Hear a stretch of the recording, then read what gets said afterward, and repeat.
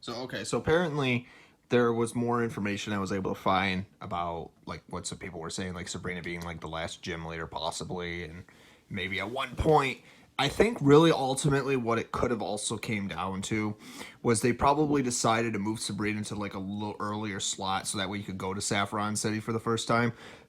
But maybe originally they were thinking Giovanni, like the same concept. Giovanni takes over Saffron City the very last time you fight. Well, one of the very last times you fight him, and you end up fighting. Same concept. Team Rocket's taken over the Silthco, and they've decided to, try to go for the Master Ball, but they probably realized, hey, wait a minute, they probably decided to make it a little bit earlier because then you could go through that quest and then come back and do the boss rush later because it wouldn't be like all at the same time then, like so it'd be like you just defeated Giovanni, you fight Sabrina, you go fight the Elite Four, and then Giovanni's back again with the boss rush. It just would seem kind of too early for that, so they decided probably, because in the final games, Giovanni still tries to take over the Silthco, kind of does succeed at first, but once you show up, eventually, Team Rocket's like put on the run again. So basically, what ends up happening is, Giovanni gives up trying to get the Master Ball, so that way he can go. Well, in the final games, he was attempting to go to Cerulean Cave, which you had to have like certain authorization to get into. But Giovanni could probably get to the end of that cave, despite all the strong Pokemon that were in it. Giovanni was pretty strong for his team was pretty useful. But anyways, then we go back to Sabrina being like the last gym leader. I still think, yeah, it kind of would have made sense. Maybe at one point they would have been like, well, okay, Giovanni still takes over, and Sabrina's just kind of helpless because like she can't get out of the gym then because they still had like some of the grunts that were like guarding the doors, so it's like everybody was like being held hostage sort of, even though the guards could easily be defeated, especially by psychic types, which is funny if you ask me. Yeah, it's also very interesting that if you actually look at some of the prototype assets, the psychics that were actually found inside of the gym that you can't find anywhere else could also have been firefighters using water type Pokemon, like Blastike or Blastoise. Yeah, it's very interesting actually how much Pokemon were. See, the problem with Pokemon, the reason why it changed so often, again, if you didn't already know, cartridge limitations. And so then they had a vote on, because Satoshi Tajiri literally came up with so many ideas that he wanted to use, but they actually didn't know how to write as many compression algorithms, and so Pokemon was basically forced to like kind of like redesign itself in a way. So that's what they did. So they had a vote on what they thought, and they still did use most of the ideas they wanted, thankfully. And then they decided to do what they did, because the first Pokemon games were like not even like a half of a megabyte. It's crazy actually to think about, like to think that they could put that much information in like something like that. So basically that's why we had what we did. A lot of the ideas were changed, a lot of ideas were just moved around, but some of them kind of looked like they weren't completed though, even though they still told a story though. And so and like some of the people would say, they really couldn't get rid of Giovanni because that was basically like rewriting most of the game's story. Because if it wasn't for Giovanni, again, who would have been the very first gym leader then? Who would have been, or I mean, not the very first gym leader. Who would have been the main villain? Who would have been Team Rocket? Now, there's also this other theory. I just read this one, but I would kind of still argue against it. There's some reasons to believe that some people bring up Sabrina's like beta sprite, and she kind of looked like she was with Team Rocket. But at the same time, though, I mean, why would she be? I guess you could kind of see where they had the concept, like Giovanni was also a gym leader, and they threw that in there as well. Maybe that's also kind of where they got the idea. Maybe maybe at one point Sabrina was supposed to be with Team Rocket or the main villain, if that was. But again, we don't know because, what do we compare it to? The final version of the games where Sabrina's just a psychic gym leader, the sixth gym.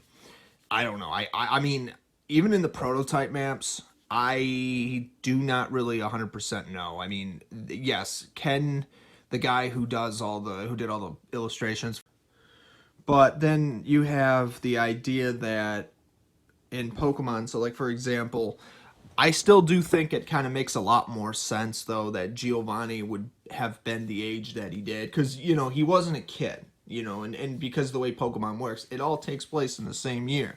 I mean, it's like Giovanni doesn't just grow up 30 years and then all of a sudden you encounter him. That's not how it works. Giovanni was always like in his 40s, maybe. I think maybe 40s. He kind of looks like he's a little bit older, but or maybe 30s. I had to double check, but but he was just up until maybe Cyrus, from Gen 4. I mean, he does look a lot more intimidating. Like, I mean, Giovanni was intimidating to a lot of people, but then you run into someone like Cyrus, and like Cyrus literally is dead serious because he not only looks like a zombie, but you see like he's even more insane than Giovanni was as far as like his expectations went.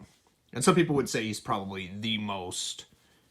I mean, out of all the Pokemon villains, I'd probably say Cyrus was probably the one that had the right idea. And as far as like evil schemes go, he definitely had an idea, and he was really close to success with it. Somehow managing to manipulate time and space itself to gain the upper hand through control.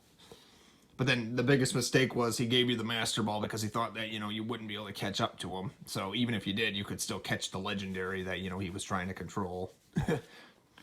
With no failure or success, So anyways, but the way Giovanni went about it was, he captured people's Pokemon, he sold them, and I mean, at the same time though, he ran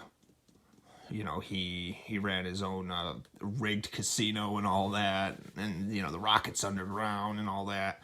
He also had Giovanni was just basically a mafia gangster. Was just all over the place, and where he got.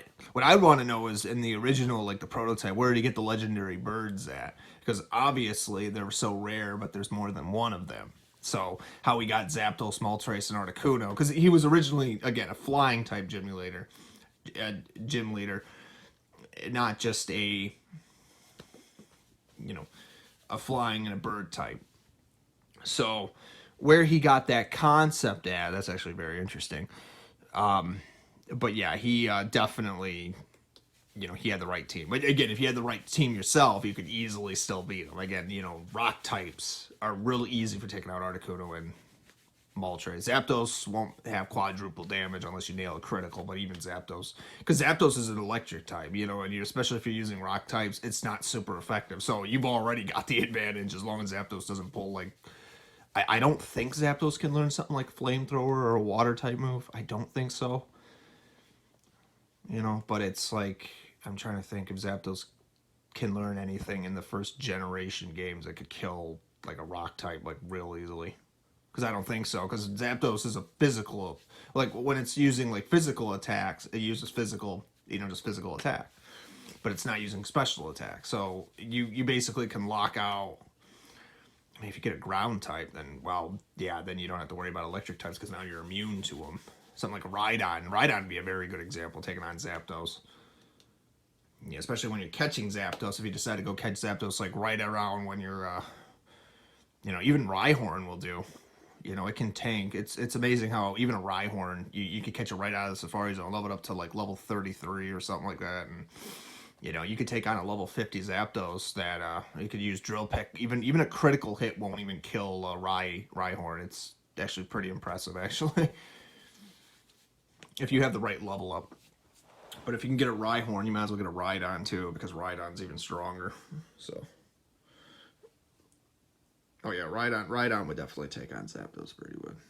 Especially if you're, because the low catch rates. Legendary Pokemon are not easy to catch, so you want a Pokemon that's going to stand against it, So Rhyhorn and Rhydon are pretty good. So is Sandslash, but Sandslash ain't a rock type, so you can easily kill it with a flying type move. But you wouldn't be able to Thunder Shock it or Thunderbolt it or.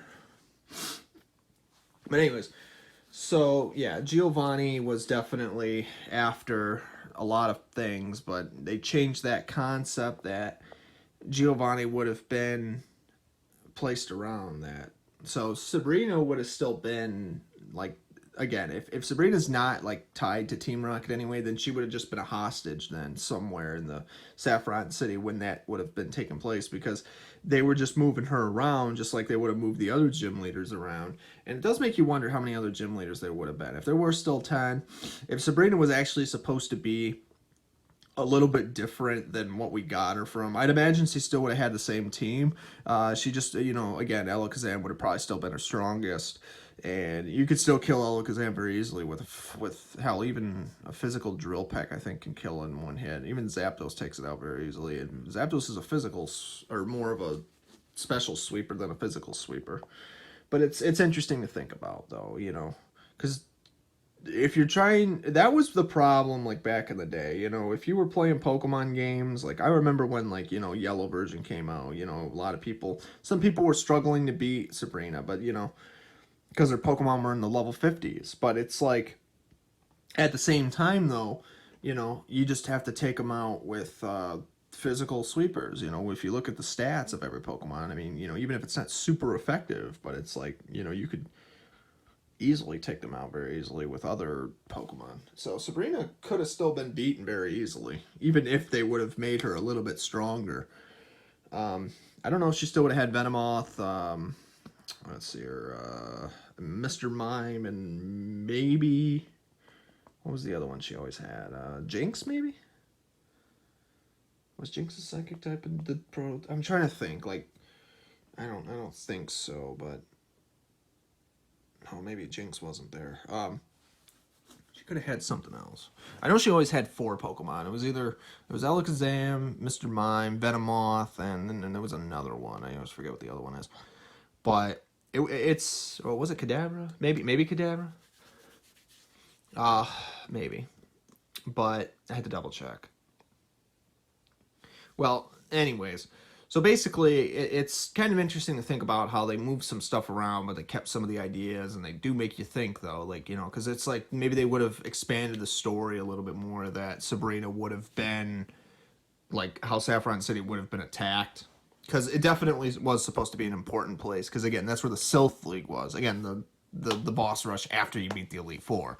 Because the original concept would have made sense, but then again, I think they just would have changed it, because it's like, Giovanni's involved at one point, but then it's like the only reason they moved the gym leaders around was because the very first trainer that was based on the Viridian City. They probably decided that, that's probably what they wanted to do. They probably came up with the concept art for, like, Giovanni as a younger trainer, but then once they really started, like, writing the rest of the story, they're like, well, maybe we should take this trainer, turn him into Giovanni, so that way they could fill in the voids better, because it was actually a more clever story. Then you have, like, the dark mystery of, like, who Giovanni is, who Mewtwo is, the Celadon City. Like, every city is, like, involved at some point. Saffron City's involved, with the testing and all that they did.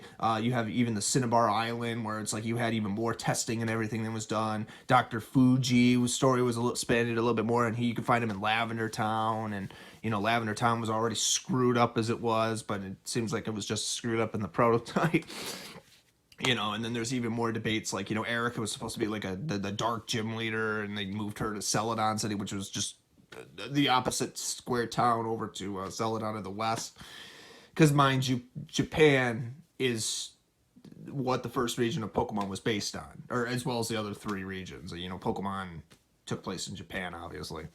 So the world map, I'm trying to remember where Celadon City was based on, but it's basically just west of Lavender Town. So that was pretty cool. But so we end up finding out that, but then I guess they could have just rewrote another trainer, but then they probably decided, well, Brock could be the first gym leader, and then Misty could be the second gym leader. Not sure if Misty was an idea at this point, because, again, I don't know the other gym leader lineups. But then they decided, well, then we'll make Sabrina the 6th gym leader. Blaine still would be the 7th, as far as I'm aware. Again, 3, 4, and 5, I guess. Maybe, what was it? Maybe Blaine was, still the 7th gym leader. He wouldn't really move too far. He also had, what was it? Lieutenant Surge didn't seem like he moved at all. He still would have been the 3rd gym leader. last I checked, at least. Sabrina would have been maybe Koga and Erica would have been mixed around a little bit, and then maybe the sixth gym leader could have been who would have been the sixth gym leader? Would have been Misty, maybe. I don't know. I have to double check. But as far as I'm aware, I think all the gym leaders were there except Giovanni was moved around, and then they started moving around some of the other trainers. But again, yeah, Sabrina would have still been at one point. It just would have been a little later you fought her, but I still think she would have they just made it 6 so that way you go to Saffron City a little bit earlier. Because again, it would have been this huge town, and I mean, it's got like all these events, but it's like, if you play most of the Pokemon games, it wouldn't, like the first time you visit a town, doesn't necessarily mean something big always happens. Sometimes you're passing by and then all of a sudden, boom, now you can go back there and something happened that you have to go investigate now. And that's usually how a lot of JRPGs go. Sometimes there's always that one time you're passing by an area, nothing bad happens. You might buy some items, but they let you go there to kind of look around. But then later on, something, you got to come back to it at some point. But when that is, that's debatable. But, so yeah. So basically, I mean, I wouldn't be surprised that, that's what they decided to do with some of the other trainers as well as Sabrina. They just kept some of the concepts the same, but like, it's just the overall ladder when you would fight them and when you would have encountered them, the story would have been a little different. But like, in what order though did they change it? Like, again, I do feel like, yes, they did decide to make Giovanni a more powerful trainer, because if Giovanni wasn't there, if he was just the first gym leader, you basically would be out of like, again, like the mystery of like who everything was related to and who would have been the runner up, who would have been I mean, if it wasn't for Brock and them being in the gym and they just kept the same trainer order, let's say, who would have been the very first trainer? Because I like the concept what they did, like, I mean, I remember when I first played Pokemon growing up, I always wondered why, like, the first gym you go to ironically is the very last gym that you're supposed to go to, because that made sense. Giovanni was still the gym leader of the Viridian City, but he wasn't there at the time though, because he was Team Rocket. But at the same time, though, he had many different alter egos. So they took a very present idea, they just turned, and then they added something to it, and then they decided to still keep that concept. So yeah, I wouldn't be surprised that made sense, that the original trainer was Giovanni, but a much younger one. But then they decided to change it, and then they still gave him that role, but they just found a way to make it work. So they just rewrote it into something else. So yeah, he was Team Rocket originally, and then he was also a gym leader, and then he also was a man of collection and business, basically. Mafia leader, Giovanni. And it's even debatable, like, even if you watch the anime, did Giovanni really change? Like, especially after he fought Red and the, for the Earth Badge.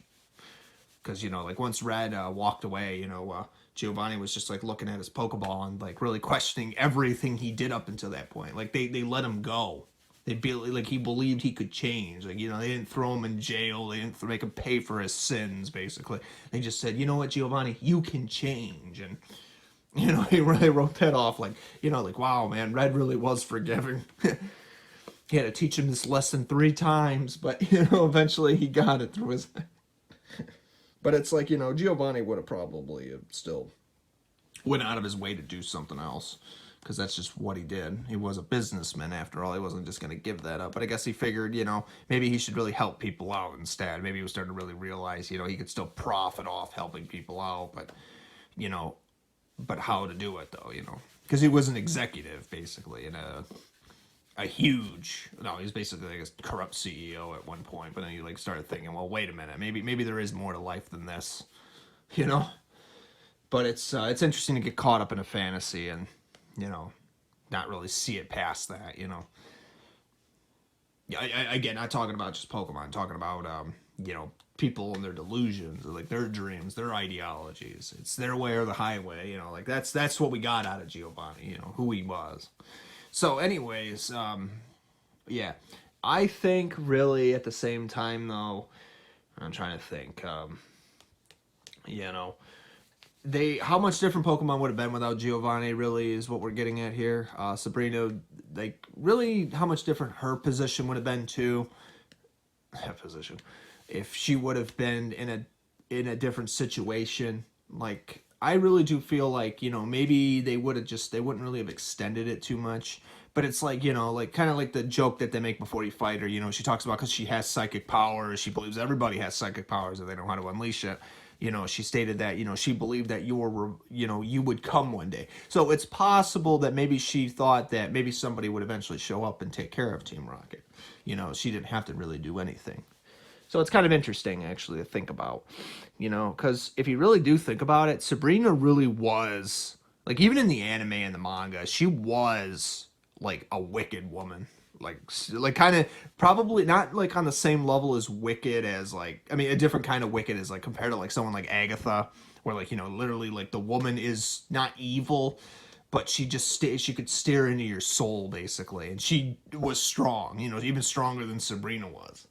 You know, and I mean, I don't know if you want to say that maybe Sabrina's team could easily kick, well, if Agatha was using ghost types, I mean, she would definitely, it's kind of weird. Psychic types, they go both ways. You know, Alakazam's pretty fast, but, you know, Gengar's, I think, faster. And so, even though it's super effective against him, I mean, so are ghost types against psychic types, so I'm trying to think of that. If that does work in Gen 1, I think Agatha could actually beat Sabrina because her Pokemon are really strong. But yeah, you would, I mean, even with the level 50 Alakazam, I mean, I think you could easily beat a Gengar on level 60 if it doesn't outspeed you first. But I don't know. I guess it really depends. But basically, what we're talking about here is, you know, how much different some of the ideas were used and, like, what order they put them in. But at the same time, debatable, like, certain areas you could have gone to. And Sabrina, and not just Saffron City, but really, I mean, if you think about it, I mean, even in the final version of Pokemon, I mean, you still did fight Sabrina. You still did fight Giovanni a second time. The only thing that wasn't there was the Sylph League, because the Sylph Tower would have been a little bit different. Which is why a lot of people, like, you might hear me talking about this, you might be thinking, well, you know, that does sound, that's probably something you probably never even heard of. Like, yeah, like, it's true, though. I got some videos on YouTube if you want to check it out for yourself. I mean, again, it's kind of debatable. I mean, it wasn't in the final version, but keep in mind, it's not fake. It was actually, a lot of this stuff was leaked from Nintendo's prototype maps. Game Freak actually had it saved on their content, and so it is confirmed, but it is still debatable how it would have worked, though. Like, somebody did put the maps in there, but it was leaked from an actual official source from Nintendo that, you know, Nintendo did. I mean, even Satoshi Tajiri himself even stated, yeah, there were definitely a lot of ideas that they scrapped. So I don't know how, you know, how clear that could be, but, you know, but it is debatable, though. You know, like, that's why I make these videos, because it's not just something we're trying to tell people. It's, you know, there's a lot of ideas that Pokemon went through that maybe we just don't know about, that, you know, until somebody finds the right ideas. We can really see at least what Pokemon was before it became what it was now. And I'll tell you what, even if you do play the 1.0 version of Pokemon Green and Red, the final version of Pokemon, you can see a lot of differences. Some of the sprites are a lot different. They only had 8 Pokeboxes instead of 12. Like, they cut back a lot of stuff due to cartridge limitations and all that. And, I mean, it is very interesting to think, like what a difference it really was, you know. I really would like to know more if Satoshi Tajiri was willing to do an interview. If I could even somehow manage to track him down, I'd really like to sit down and talk to him about, like, you know, maybe a lot of the ideas that people don't even know about Pokemon, like maybe even ask them if they even still have that list of, like, the 191 Pokemon that were scrapped.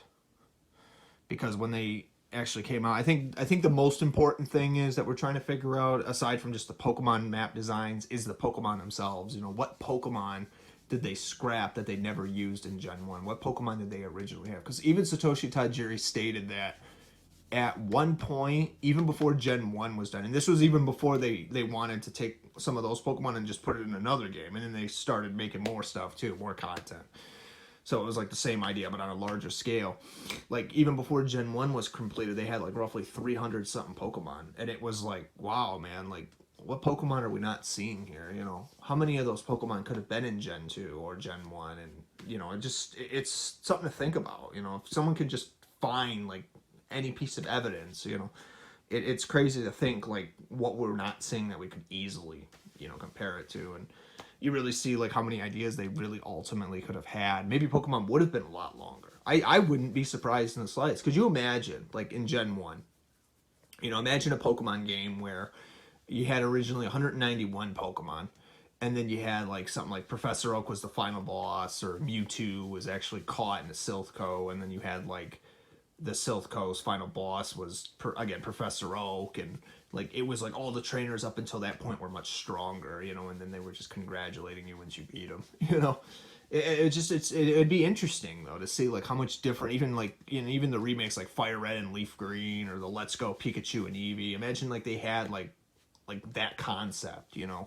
A lot of the Pokemon games would have been a lot different if they would have changed certain things years ago, because that would have been what people would have known the series for, because that's what they would have played and encountered. And, you know, when you see stuff like this, you know, I mean, you're talking about a series that millions of people have played more than once, but, you know, once you start talking about prototype data, now you start seeing maybe how many people really even know about this stuff, you know.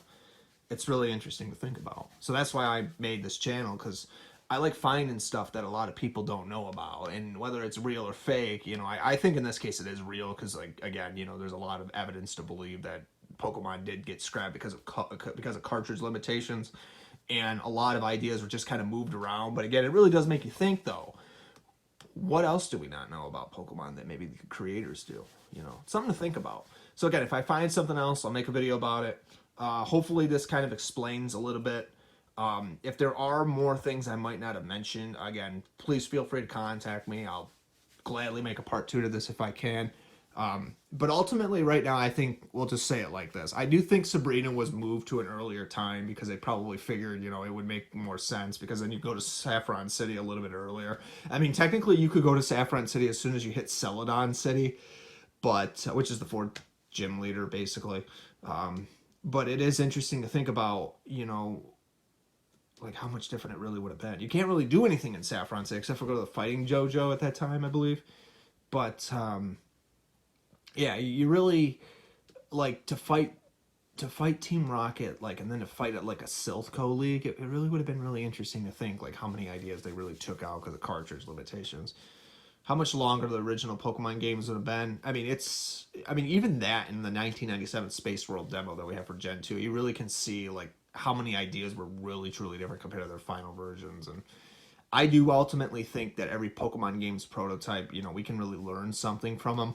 But at the same time, though, we can ultimately see that like every Pokemon game, like they did try to take like a lot of the ideas they had and finalize them into the games. And so they did end up using most of the ideas that they had, you know, even if it's just 1 or 2 ideas that maybe they scrapped altogether. But it seems like the most important ones would be Gen 1 and 2, because you're really seeing how far the series changed and what it turned into. And I ultimately wouldn't be surprised in the slightest that even the game designers, you know, because I think that is probably like one of the hardest parts about any game designer. You know, like you want to make a game, but it's like you don't know how to do it, though. But until you start doing it, though, because programming can be probably one of the hardest jobs in the world. I mean, it's even hard that I can't even do it right now, because like even when you try hex editing and all that, like just even looking for code, you're always trying to find like where are the files hidden at, you know. It's all trial and error. But for the people that can do it, though, I mean, it's, you know, it's amazing how anybody can make sense, but it really is. So anyways, as far as Pokemon goes, I mean, they moved Giovanni around a little bit, but it was ultimately like one of the main keys into the game's story, so they had to keep it to some degree. So I think that's why they didn't want to really mess with it too much. So then they moved Brock to Gym 1, and then they moved Misty to Gym 2. Again, I don't know if Misty was originally supposed to be there from the very beginning. Again, I don't know what I didn't know what the original prototype what is it gym leader combinations was supposed to be, but whatever the case is, I'm sure we can probably look into it a little bit more and maybe try to rationalize it. But I wouldn't be surprised at all if it was a lot more than I wouldn't be surprised if, you know, it was a little bit different at one point, because, you know, how early on was that before they decided to finalize into something else? Because again, prototype data, you know, when you're digging around stuff, you're trying to find what differences there are, but at the same time, though, you're trying to find out, like, at what time was this? Was this an early idea, or was this, you know, one of the later versions they had? So Sabrina could have been pushed back. I don't think she was with Team Rocket. Giovanni was definitely not scrapped, so they, you know, for the main story. And rightfully so, because I don't see how they really could have wrote. I mean, even if they would have replaced him with somebody else, they probably would have kept all the other ideas the same, but it would have been this person that's taking credit for it instead of Giovanni. So then Giovanni would have been the first gym leader, but as a kid, though. But then it's like, you know, then they came out with Misty and Brock, and they decided on that. So that's probably what really ultimately happened. But it's possible that maybe even at one point, maybe they decided, maybe there was even somebody else before that, before they decided Brock or Giovanni was going to be that. But it's interesting, again, but we don't have any proof of that right now that I know of. So all I know is Giovanni was the very first gym leader. They decided to move the first gym to Pewter City, and the first gym in Viridian City was just locked until the 8th gym. So, and it made sense, because then they wrote it off as Giovanni would come back as a gym leader, but he'd be the last gym leader because he's strong, you know. And and it kind of made sense because, you know, he was a man of culture, a man of mystery, so it fit his personality, and it kind of solved that problem. So they had 8 gym leaders then, and, you know, so it's interesting to think about, you know. Still makes me think, you know, how many things Giovanni knows that we don't, you know, as far as his personality. But yeah, that should explain a lot, even with Sabrina. But hopefully this explains a lot more. If I come across something else, I'll talk about it. But until that time comes, again, subscribe to this channel if you're not already. And if you have any requests, let me know. Please support me on Patreon if you want to. You don't have to. But just have a nice day, everybody. That's all I ask. So I will make more videos, and we will go from there. And that's good. For the original Pokemon games, the guy who did the concept arts and all that, and the guy that basically does like the Pokemon themselves illustrations, and he's like one of the lead project managers in like every single game, if I remember correctly. Even he stated before that, you know, really all they did was just move some of the ideas around. They didn't really say anything about like I know Brock was supposed to be like the second gym leader, but even Brock looked a lot different than he did originally. It's interesting to think, though, you know, if that was the case, then who would Brock have been? Would Brock have still been a rock gym then? But it's interesting to think about, you know, like, you know, you start moving things around, and then it's like, you know, now you've got different ideas and different results, and maybe in some ways you can kind of see it like that being there, but at the same time, though, you know, how much different would it have been because there's not enough information to go off.